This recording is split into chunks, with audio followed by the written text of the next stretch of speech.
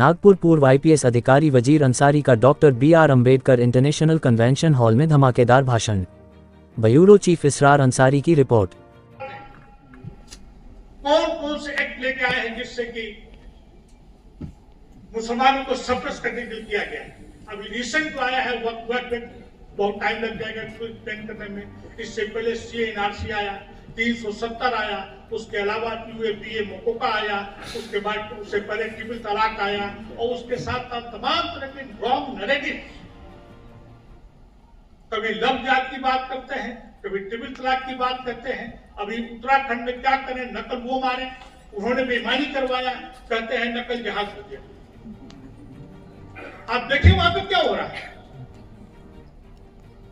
जो भी इस सरकार के खिलाफ अगर आवाज उठाता है वो जायज होता है, वो नेशनल का कॉन्टेक्स्ट होता है, उसकी जो है सामाजिक कॉन्टेक्स्ट होता है, गरीबों की आवाज होती है, उसको एंटी नेशनल, उसको देशद्रोही डिक्लेयर कर जाता है। आप रिसेंट उठा के देखे लद्दाख में क्या हुआ, तमाम जायज मांगे थी सोनम वांगचुक के साथ में क्या हुआ।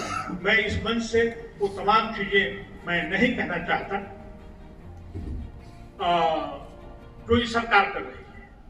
जो भी इस गवर्नमेंट के लास्ट 12 ईयर जो इनके खिलाफ आवाज बुलंद किया, या तो वो देशद्रोही हो गया, जेल की हवा खा रहा है, या अपना वो अपनी जस्ट काउंट कर लीजिए कौन कौन किस पर आवाज उठा सकता है।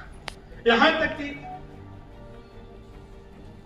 तमाम इंपॉर्टेंस मीडिया पीपल, उनका हश्र देखिए क्या हुआ, जजेस का हश्र क्या हुआ, और देखिए कि हमारी टॉप एपेक्स बॉडी जुडिशरी की सुप्रीम कोर्ट का बिहेवियर किस तरह का है।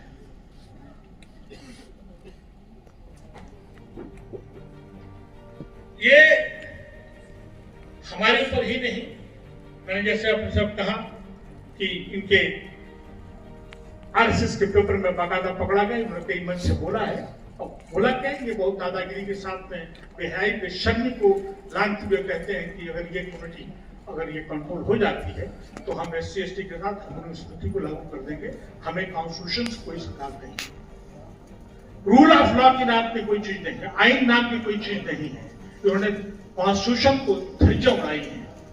तो आज अगर हमारी बारी है तो जिस तरह से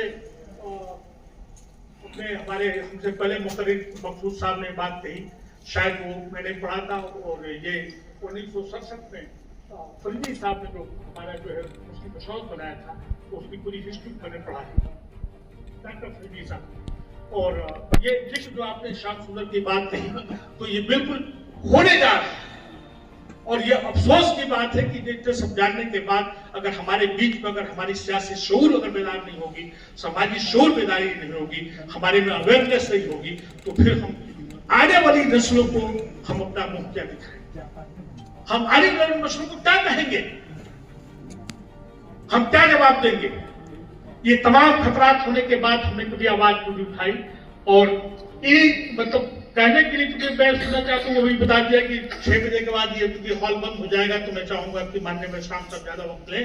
अपनी बात को खत्म करने से पहले मैं अपनी बात को इस शेर के साथ ही खत्म करना चाहता हूँ कि रवायतें की सबको तोड़कर आगे बढ़ो, रवायतों की सबको तोड़कर आगे बढ़ो, जो तुमसे आगे हैं वो तुमको रास्ता नहीं देंगे।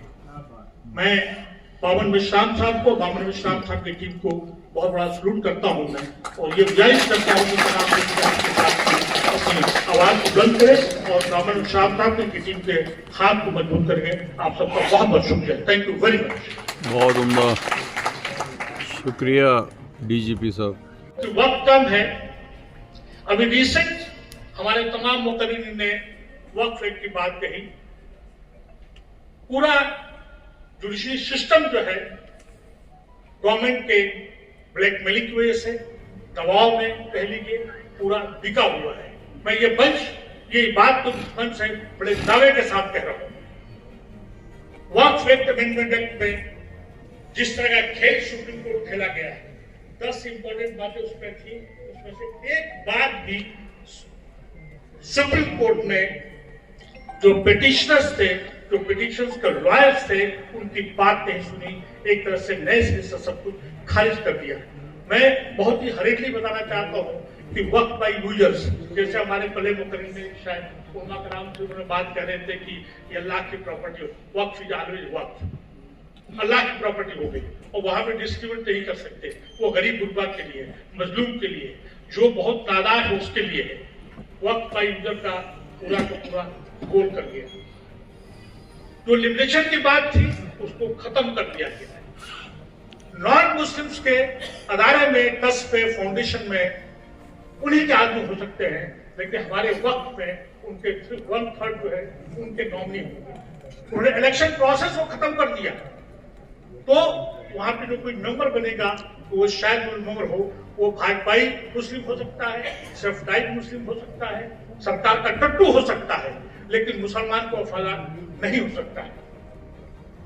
वो उसकी मजबूरी होगी। उसी तरह से जितने भी प्रोविजन क्लॉज हैं उसमें दिए गए 3C से लेके 3E से लेके 52 से लेके तमाम को उसने वहां से उसने खारिज कर दिया।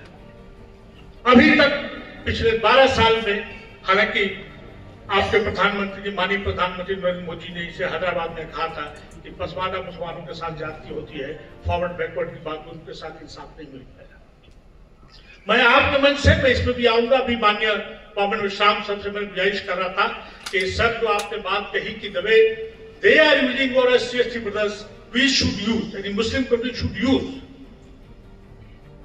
इसको यूज करने के लिए बहुत जरूरी है कि 10 अगस्त 1950 का जो प्रेसिडेंशियल ऑर्डर है, जिसके तहत मुसलमानों का वो वंचित तबका जो बैकवर्ड है, दलित है, उनको 131 MP सीट्स पे लड़ने के लिए वंचित कर दिया गया।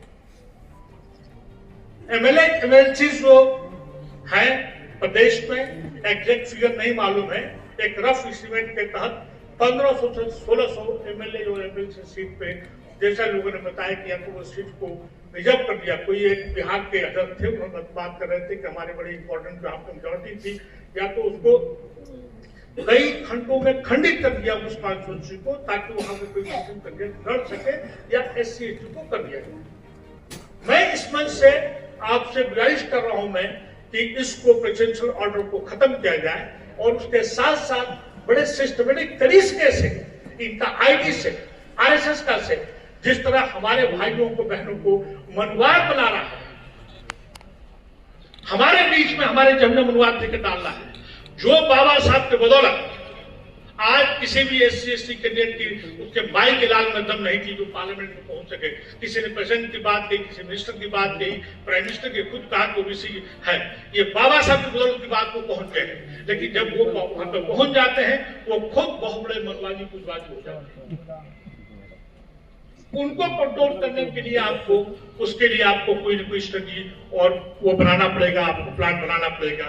और इसलिए बहुत जरूरी है कि हम सबको, जिस तरह लोकल बॉडीज का चुनाव रोटेशन को हो रहा है, लोकल निकाय जो कहते हैं, लोकल बॉडी को कहते हैं हम लोग, स्थानीय निकायों की बात करते हैं, ग्रॉस रूल में देखेंगे प्रधान का, सरपंच का, जिला अध्यक्ष का, ये हर साल हर बार इलेक्शन में उसको रोटेट कर दिया जाता है। एक बार SC होता है, ST होता है, OBC होता है, महिला होता है, पुरुष होता है। तो उसी तरह से SC/ST की जो सीट से उतनी प्रकार रखते हुए इसको रोटेशन की बात आपको उठानी चाहिए। दूसरी एक किसी बहन ने बात कही कि जब भी कोई मुसलमान या मुस्लिम तबका क्रिश्चियन जो है अगर कोई भी बात करता है तो IT सेल के पास इतनी ताकत है, क्योंकि हमारे पास एक विजन हमारा नहीं है, हमारा यूनिवर्सिटी हमारा नहीं है, हमारा पार्लियामेंट नहीं है, हमारा वॉइस नहीं है, हमारा असेंबली नहीं है, उसको हिंदू मुस्लिम का कलर दे देते हैं। मैं माननीय बावन विश्राम साहब से और ये राष्ट्रीय मुस्लिम मोर्चा के तमाम ऑफिसरों से गुजारिश करता हूँ कि जो भी नाजायज तरीके से जिनका ट्रायल नहीं हो फॉर द लास्ट 5, 6 या 10 ईयर्स, उनके केस को स्टार्ट नहीं होगा।